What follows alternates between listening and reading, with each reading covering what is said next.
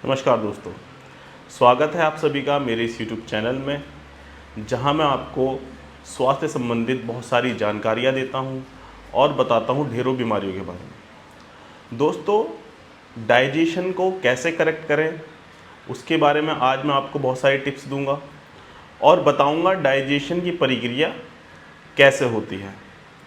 मैं आपका अपना फैमिली डॉक्टर फैसल इमामी इस अमेजिंग वीडियो को शुरू करते हैं।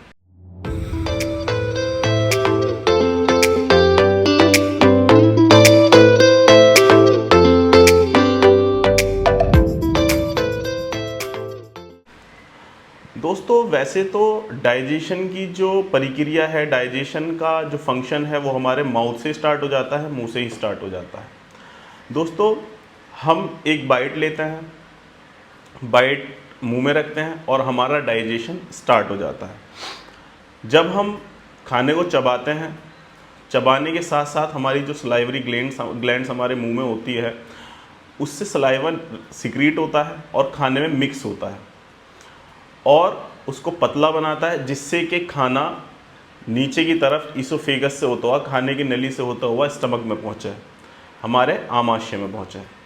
तो डाइजेशन की प्रक्रिया तो माउथ से स्टार्ट हो जाती है, क्योंकि इस सलाइवा में भी ऐसे एंजाइम्स होते हैं जो हमारे खाने को पतला बनाते हैं और डाइजेस्ट करने में मदद करते हैं।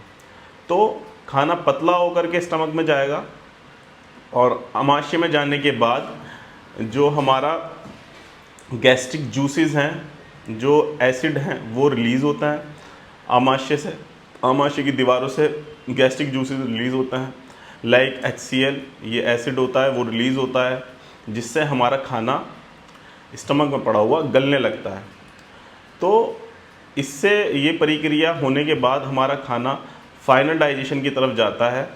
जो छोटी आंत का ऊपर का भाग होता है, जिसको हम ड्यूडेनम बोलते हैं, जो यू शेप की हमारी नली होती है, उसमें पहुंचता है, जिसमें दो चीज़ें रिलीज़ होती हैं। एक चीज़ जो हमारा बाइल है, जो हमारा गाल ब्लैडर से बाइल निकलता है, पित्त निकलता है पित्ताशय से, वो रिलीज़ होता है। उससे हमारे जो डाइजेशन की प्रक्रिया है वो बहुत दुरुस्त होती है। और उसके साथ साथ जो हमारा पैनक्रियाज है, जो हमारा अग्नाशय है, उससे जूसेस रिलीज़ होता है, लाइक एमाइलेज लाइपेज, जो हमारे जो खाने में पड़ा हुआ फ़ैट है उसको तोड़ता है, फ़ैट को डाइजेस्ट करने में मदद करता है। तो दोस्तों, ये फाइनल डाइजेस्ट होने के बाद खाना हमारा आगे चला जाता है। दोस्तों, अगर इन सभी प्रक्रिया में से कोई भी प्रक्रिया, कोई भी जो फंक्शन है वो नहीं होता, या जो हमारे एसिड्स हैं वो कम रिलीज़ होता है, उनकी वजह से इंडाइजेशन होता है। अब जैसे सपोज़ करो, अगर आपने खाना खाया, उसको सही से नहीं चबाया और सलाइवा उसमें सही से मिक्स नहीं हुआ और वो आपने इनगल्फ कर लिया, अंदर चला गया खाना, तो जो सलाइवा का वर्क था वो हमारे स्टमक को करना पड़ेगा। अब स्टमक करेगा तो वो एसिड बहुत ज़्यादा रिलीज़ करेगा। एसिड ज़्यादा रिलीज़ होने की वजह से GERD की कंडीशन बनेगी, एसिड रिफ्लक्स की कंडीशन बनेगी, एसिड हमारा जो खाने की नली है उसमें आएगा। तो खाने को बहुत सही से चबाना चाहिए, तो वो नीचे जाएगा, उससे एसिड ज़्यादा रिलीज़ होगा तो दिक्कत होगी। एसिड अगर कम रिलीज़ होगा तब भी दिक्कत होगी। उसके बाद अगर हमारी पैनक्रियाज में कोई दिक्कत है, या हमारे गाल ब्लैडर ही नहीं है, किसी की कॉली जो है गाल ब्लैडर निकल जाता है पथरी की वजह से, तो अगर बाइल ही नहीं है, तो आप ऐसा खाना खाते हो कि वो बाइल से ही डाइजेस्ट होगा, बाइल आपके पास है नहीं, तो वो इंडाइजेशन की ज़्यादा कंडीशन उसमें बनेगी। तो दोस्तों, इंडाइजेशन में GERD होगा। और एक बड़ी कंडीशन कॉन्स्टिपेशन भी होती है इंडाइजेशन की। अगर आपको लगातार कॉन्स्टिपेशन रहता है, कब्ज़ रहता है, उससे क्या होगा कि नीचे तो आपको कब्ज़ है बहुत ज़्यादा, बड़ी आंत में बहुत, जो आपका वेस्ट है, जो आपकी पॉटी है वो बहुत टाइट है, और ऊपर की तरफ उसका प्रेशर, गैसेस बननी स्टार्ट हो जाती हैं, तो उससे भी इंडाइजेशन की प्रक्रिया बनी रहती है। तो दोस्तों, इंडाइजेशन की प्रक्रिया को करेक्ट करने के लिए आपको बहुत सारी चीज़ों का ख्याल रखना पड़ता है। तो अब मैं आपको बताऊंगा आप घर पर रह करके अपना डाइजेशन कैसे मजबूत कर सकते हैं, कैसे अपना डाइजेशन बहुत करेक्ट कर सकते हैं। तो दोस्तों, आपको करना क्या है, सबसे पहले आपको सुबह उठना है, सुबह उठ करके 1 या 2 गिलास गुनगुना गर्म पानी पीना है, जिससे आपका मेटाबॉलिज्म भी बढ़ेगा और आपका डाइजेशन भी करेक्ट होगा।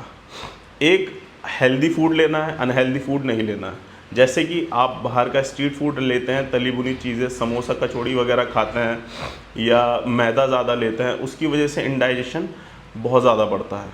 ठीक है, तो उनको अवॉइड करना है। Cold drink, Cola, chips, packed food item वो सब बंद करना है। ठीक है ना, प्रोसेस्ड फूड बंद करना है। तो उससे आपका इंडाइजेशन करेक्ट होगा अगर आप हेल्दी फूड लेंगे। और फाइबर फूड आपको बढ़ाना है। आपको जिस फूड में फाइबर ज़्यादा होता है उस चीज़ को बढ़ा देना है। इससे आपकी गट हेल्थ भी हेल्दी रहेगी और आपको कॉन्स्टिपेशन नहीं बनेगा।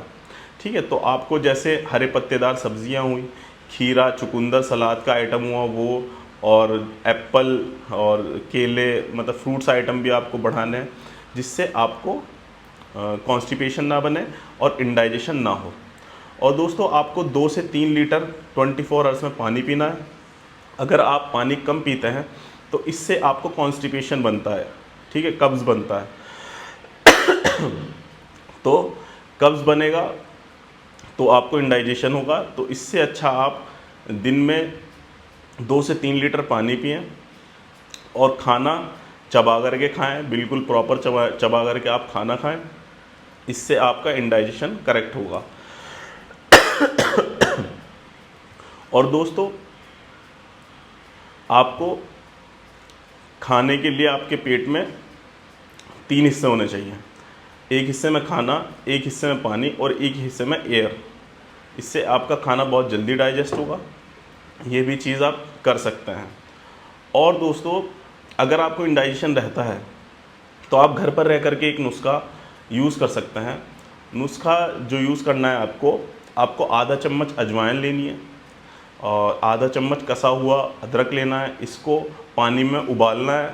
उबाल करके ठंडा करके ग्लास में निकाल के आपको 1 चम्मच हनी, असली शहद अगर आपको मिलता है, उसको ऐड करना है और पीना है सुबह खाली पेट। इससे आपका इंडाइजेशन बिल्कुल दुरुस्त हो जाएगा।